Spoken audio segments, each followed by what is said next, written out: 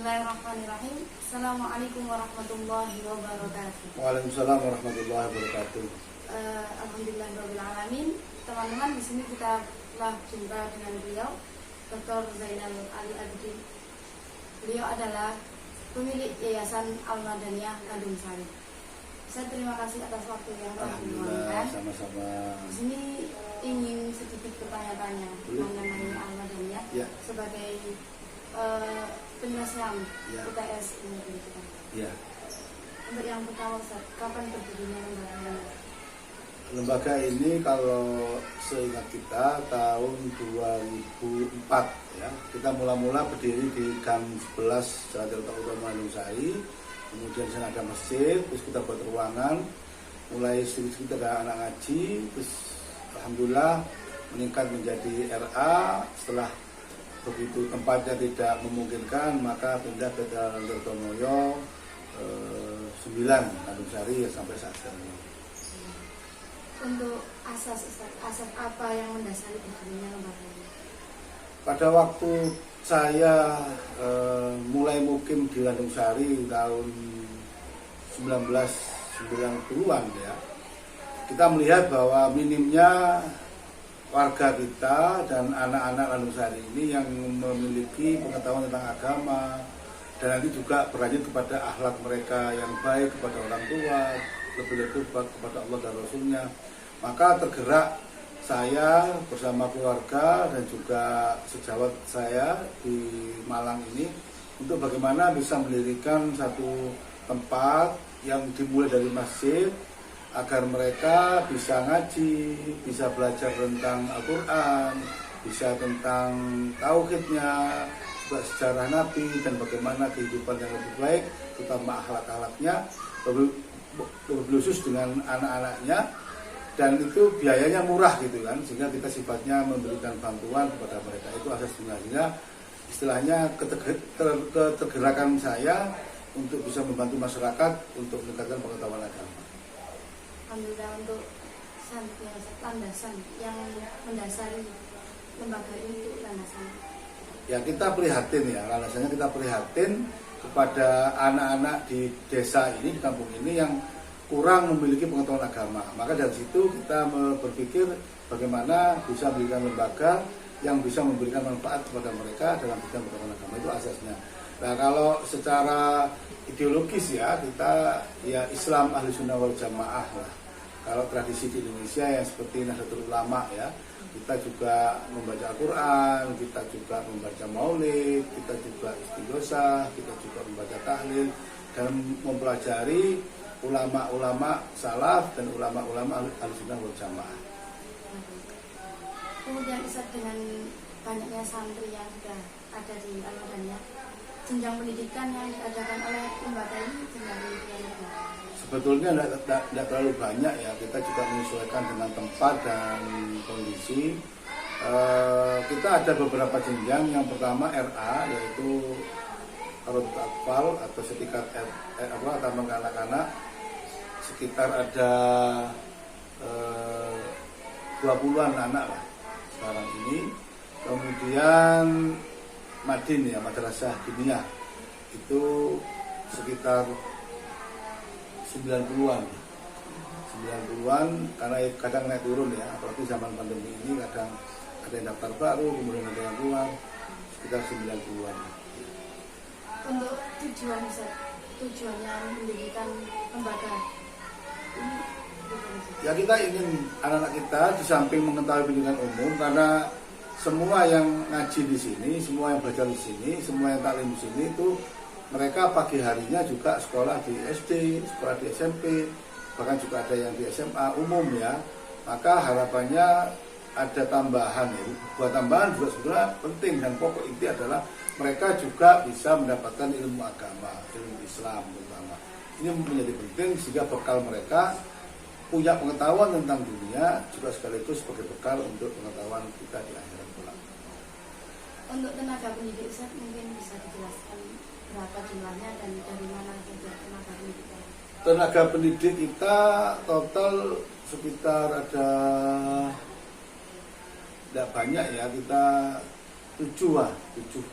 Itu rata-rata dari sekitar desa sini, mereka yang punya pengetahuan agama, alumni santri-santri dari berbagai pondok pesantren dan juga yang S1-nya lulus di bidang keagamaan, mereka mengajar di RA dan juga mengajar di madrasah diniyah, termasuk dari pimpinannya adalah keluarga saya sendiri, istri saya sendiri. Kemudian untuk peserta didik, apakah ada sasaran khusus Ustaz dari santri yang ada? Ya, kita tidak ada sasaran khusus ya. Ya, kita berharap dari mereka yang orang-orang tidak mampu, duafa, yang perlu dibantu. Maka sejak awal di sini istilah tidak ada uang pangkal ya. Jadi sejak awal tidak ada uang pangkal, tidak ada uang gedung, sehingga mereka lebih mudah, tidak ada alasan untuk tidak sekolah tanpa biaya. Ya, tapi yang daftar ya macam-macam sih. Latar belakangnya ada yang putranya dosen, ada yang putranya pegawai, ada putranya warga sekitar.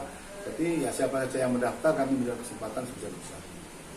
Kemudian Ustaz mohon dijelaskan mengenai kurikulum yang ada di sini. Kami sesungguhnya memakai kurikulum sendiri ya, kita sesuaikan dengan kemampuan mereka. Kalau ngajinya kita memakai metode tartila namanya. Metode tartila untuk ngajinya, dan kalau yang lain sama dengan madrasah-madrasah yang lain, kita memakai kurikulum dari Departemen Agama, tapi yang disesuaikan. Artinya disesuaikan dengan kemampuan warga sekitar, disesuaikan dengan kondisi anak-anak dan lain sebagainya. Dan untuk materi dan buku ajar yang diberikan kepada santri. Nah, di sini kita untuk RA itu membuat sendiri ya, dengan panduan dari IGRA, karena kita memakai sistem sentral. Jadi kelasnya itu pakai moving gitu. Jadi kelasnya sesuaikan dengan tema-tema. Nah, kalau untuk madrasah diniyah kita memakai buku ajarnya, kalau Al-Qur'annya tartila, kalau yang buku tentang sirah nabawiyah, fikihnya itu kita menghimpun dari berbagai kitab-kitab fikih, kita sesuaikan dengan kemampuan anak-anak kita di sini. Media dan metode yang digunakan kepada santri. Ya, kita tadi kepingin sebetulnya suasana alam ya, banyak tanam-tanaman. Kita maka kelasnya juga pakai kelas gedung sekaligus kelas gazebo, juga ada banyak pohon-pohon tanaman, kemudian ada suara-suara air yang gemericik begitu supaya mereka lebih sejuk dan tenang. Kemudian yang kedua, karena zaman sekarang juga zaman IT, zaman teknologi, maka anak-anak kita juga sudah mulai kita kenalkan dengan laptop, dengan media sosial, tentunya yang baik-baik ya, yang mudorotnya yang tidak manfaat tidak kita pakai ya. Jadi sejak ini mereka sudah mengerti tentang media sosial, kadang juga permainan yang pakai game, kemudian pakai LCD, sehingga anak menjadi tidak bosan lah, istilahnya pembelajaran yang menyenangkan. Iya, kemudian untuk strategis, apa ada strategi khusus untuk memperkenalkan kepada santri? Sebetulnya tidak terlalu khusus ya, cuma kita menekankan kepada guru-guru itu mengajar dengan nyaman ya, nyaman. Artinya misalnya pelajaran agama itu kita gambarkan nggak terlalu sulit. Pelajaran Al-Quran itu kita gambarkan bahwa Al-Quran itu mudah. Belajar bahasa Arab itu kita gambarkan bahwa mudah, sehingga mereka tertarik. Selama ini kan kalau orang belajar agama dianggapnya susah, repot, kemudian tidak enak, tidak bisa bekerja. Nah, kita coba berikan pemahaman dengan metode-metode tertentu supaya mereka bahwa belajar agama itu mudah, belajar Islam itu menjadi penting, Al-Quran itu menjadi wajib, kemudian juga belajar tentang sholat, fikih dan sebagainya. Kita memberikan pemahaman dengan strategi itu, pendekatannya nyaman ya. Kemudian kelasnya tidak monolog, jadi berpindah-pindah sehingga menjadi menyenangkan. Itu metode khusus yang mungkin kita terapkan di lembaga ini.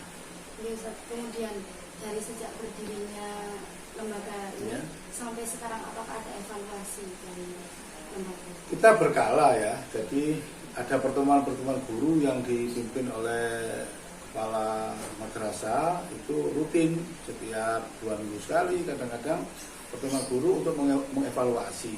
Jadi penting evaluasi itu, misalnya apakah ada anak yang nakal, apakah ada anak yang berhenti, apakah ada anak yang baru, terus masalah-masalah apa yang timbul dalam kelas itu diselesaikan dalam musyawarah bersama, evaluasi berkala setiap guru-guru itu. Termasuk pengembangan bagaimana, itu juga kita bahas di evaluasi atau rapat evaluasi rutin, insya Allah lebih kurang ya 2 mingguan, atau ada hal-hal yang dipandang perlu untuk bertemu atau bermusyawarah. Baik Ustaz, terima kasih Sama-sama. atas waktunya Ustaz. Mudah bermanfaat. Amin. Ya, Terima kasih makasih. teman-teman. Sekian dari saya. Assalamualaikum warahmatullahi wabarakatuh. Waalaikumsalam warahmatullahi wabarakatuh.